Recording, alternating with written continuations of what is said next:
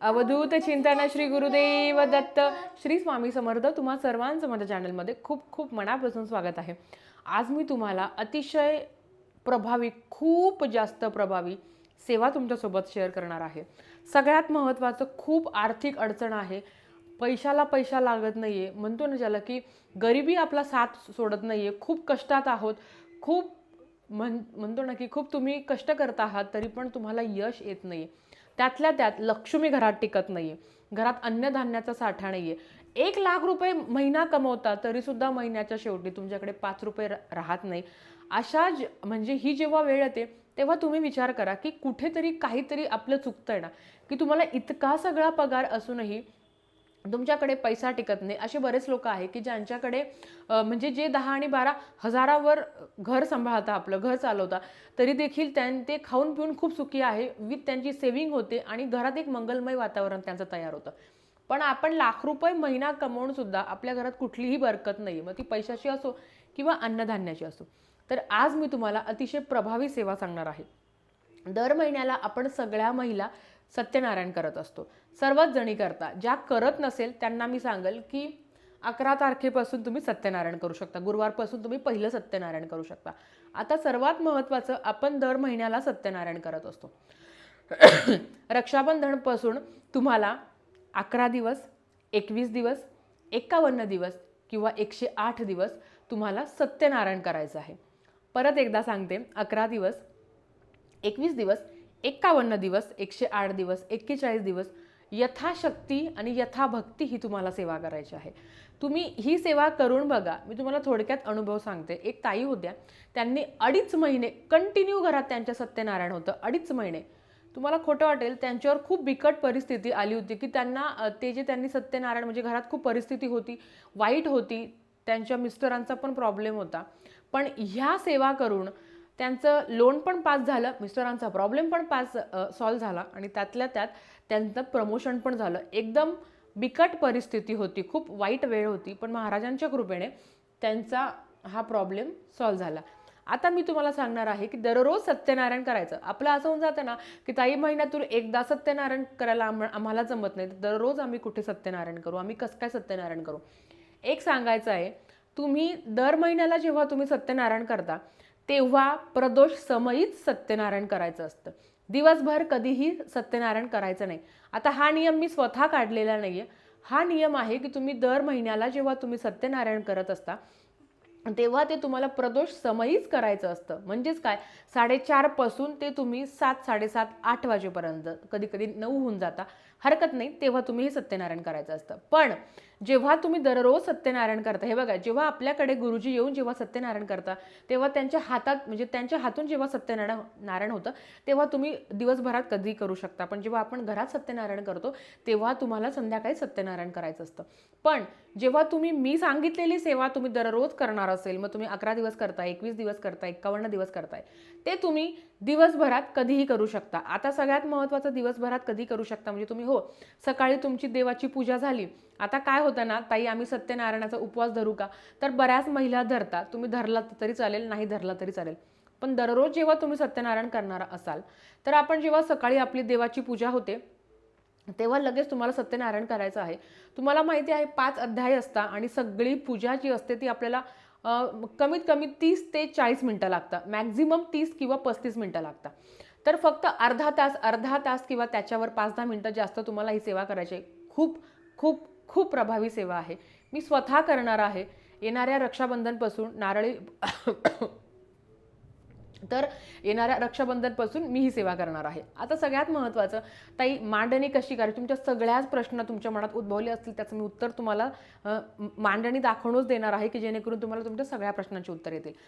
सगळ्यात महत्त्वाचं ताई, नारळ, आता रक्षाबंधन आहे, मासिक धर्म आहे, सुतके, विटाळे सगळं होऊन जाऊ द्या, नंतर तुम्ही सेवा करू शकता. बऱ्याच महिला आहे ज्यांनी श्रावणात त्यांच्या घरात दररोज सत्यनारायण होतं, दररोज. तुम्ही ही सेवा गणपती विसर्जन म्हणजे अनंत चतुर्दशीपर्यंत तुम्ही ही सेवा करू शकता. 108 वेळा. त्याच्यानंतर जरी ही सेवा झाली, पितृपक्ष आहे, सेवा करावी का? हो, तुम्ही तेव्हा उलट जास्त सेवा करू शकता. तुम्ही तेव्हाही सत्यनारायण करू शकता. किंवा तुम्हाला जर वाटते की नाही मला आता फक्त श्रावणापर्यंतच करायचे आहे, तर सर्वांनी 11 दिवसाचा संकल्प करा, 21 दिवसाचा करा. जास्तीत जास्त तुम्हाला हा संकल्प करून ही सेवा करायची आहे. खूप सोपं आहे, काहीच नाही. मी तुम्हाला मांडणी करून दाखवली आहे. आता मी तुम्हाला थोडक्यात सांगते की कसं काय करायचं. तर बघा, इथे मी तुम्हाला मांडणी करून दाखवली आहे. इथे दिवा वगैरे लावून सगळी मांडणी करून झाली आहे. आता ही मांडणी तर आता ही मांडणी तुम्हाला मी सांगते कशी, म्हणजे ही मांडणी तुम्हाला पहिल्या दिवशी तुम्ही करून ठेवली की ही मांडणी तुम्हाला अशीच ठेवायची आहे. 11 दिवस तुम्हाला ही मांडणी अशीच ठेवायची आहे. अजिबात रोज काढायची आणि ठेवायची असं काहीच नाही आहे. जसं आपण सत्यनारायणाची पूजा करतो तशी दररोज तुम्हाला पूजा करायची. आपण काय करतो, दुसऱ्या दिवशी मांडणी सगळी उचलून घेतो. तसं तुम्हाला अजिबात करायचं नाही आहे. इथे तुम्हाला ती मांडणी जर तुम्ही 21 दिवस करताय, 51 दिवस करताय, 108 दिवस करताय, यथाशक्ती यथाभक्ती तुम्ही जी सेवा करताय ही तुम्हाला तशीच ठेवायची आहे. आता सगळ्यात महत्त्वाचं तर ही मांडणी तशी ठेवायची. मग हे बघा, हे जी तुमची प्रसाद आहे, हा दररोज प्रसाद तुम्ही हाच दाखवला तरी चालेल. साखरेचा प्रसाद आपण दाखवतो, हा दाखवला तरी चालेल. ह्या 3 सुपाऱ्या तशाच ठेवायच्या आहे. तुम्हाला वाटतंय की इथे थोडीशी साखर म्हणजे साखरीमुळे जर मुंग्या झाल्या आहे तर ह्या सुपारी उचलून तुम्ही साफ करू शकता. हे जे फुलं आहे ते तुम्हाला अर्थात रोज फुलं चेंज करायची आहे.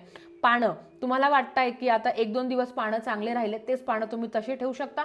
रोज बदलले तरी चालेल. नाही रोज बदलता आलं तुम्हाला तर दररोज 1-2 दिवसांनी तुम्ही पानं बदलले तरी चालेल. आंब्याची पाने जेव्हा तुम्ही इथे ठेवता ते लवकर खराब होत नाही. तुम्ही आंब्याची पाने पण ठेवू शकता. हे तांदूळ तसेच ठेवायचे आहे. खालचे गहू तसेच ठेवायचे आहे. इथे जी मी विड्याची पानं घेतली आहे, तुम्ही हे विड्याची पानं जेव्हा तुम्हाला वाटतं की ते खराब होत चालले तेव्हा तुम्ही उचलू शकता, मांडणी हलवू शकता. काहीही हरकत नाही, काहीही होणार नाहीये. हे पानं तुम्ही बदलू शकता. आतलं पाणी जर तुम्हाला वाटतंय की आतलं पाणी पाझरतंय किंवा आतलं पाणी कमी होतंय, तेव्हा तुम्ही हे सगळं उचलून आत पाणी टाकू शकता. असं तुम्हाला सगळं म्हणजे काहीच नाहीये. तुम्हाला माहिती आहे ही सेवा अतिशय साधी सोपी आहे. आणि आता सगळ्यात महत्त्वाचं ताई, रोज शिरा करायचा का? तर अर्थात दररोज आपण जो प्रसादाचा शिरा करतो तो करायचा असतो. आता तुमच्या घरात जर 2-3 मेंबर असतील, अर्थात तो खाल्ला पण गेला पाहिजे. तर एवढ्या वाटीचा शिरा म्हणजे एवढा जो तुम्हाला साखर दिसते ना, एवढा तुम्ही शिरा केला तरीही चालेल. तुमच्या घरातल्यांनी सगळ्यांनी घासभर किंवा घासभराच्या पण कमी, त्यांनी इथे बाळकृष्ण तुम्हाला दिसत असेल तर घासभर जरी प्रत्येकाला थोडा थोडा दररोज आला तरी चालेल, हरकत नाही. फक्त तुम्हाला दररोज शिरा करायचा आहे. तुम्ही जेवढ्या दिवस तुम्ही करणार आहात तेवढ्या दिवस तुम्हाला अशी मांडणी ठेवायची आहे, मांडणी उचलायची नाही.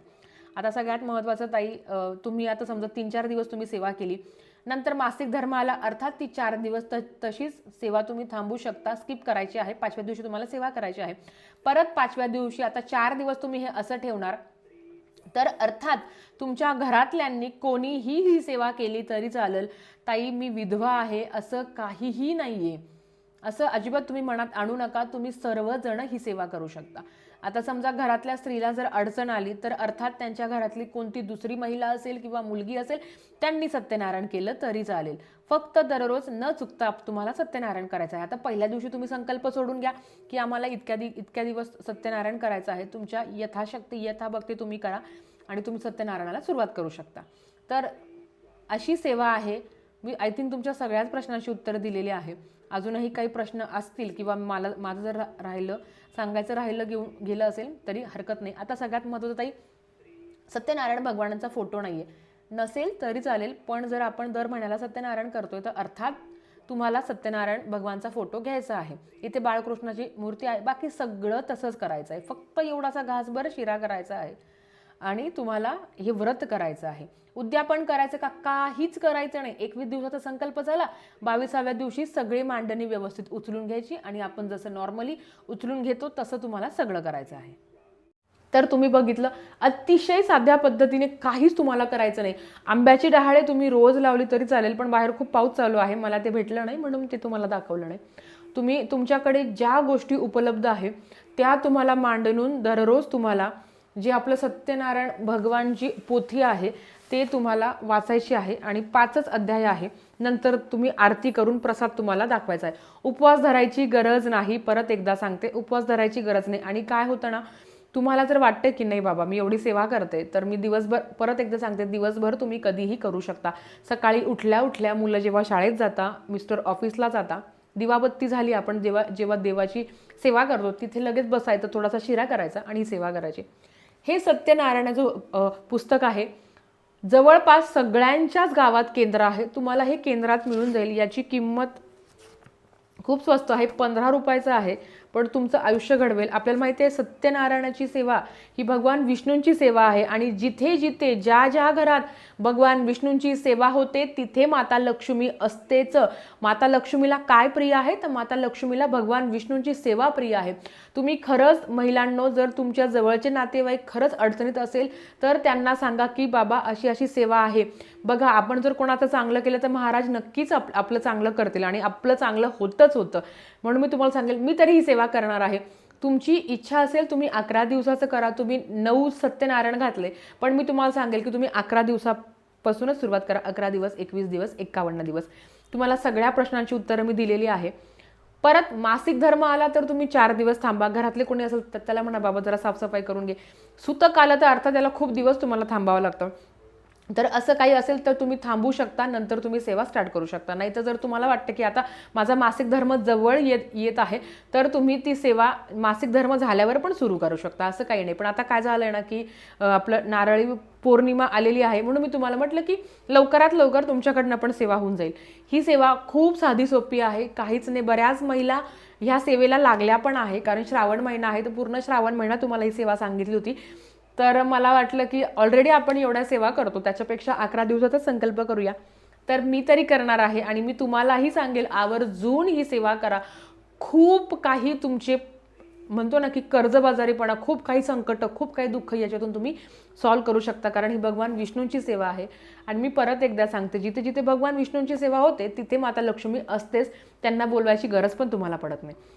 म्हणून आपल्या घरात नाही, सर्वांच्याच घरात भरपूर लक्ष्मी नांदो. कुठेही कशालाही कमी पडू नये. सगळ्यांचं घर हे गोकुळाने भरून जाऊ दे. सगळ्यांच्या घरात सुख समृद्धी नांदू दे. हीच महाराजांचरणी प्रार्थना करूया. आणि आजचा व्हिडिओ मी इथेच थांबवते. सबस्क्राईब करा. भेटूया परत अशाच एका नवीन व्हिडिओ सोबत. श्री स्वामी समर्थ.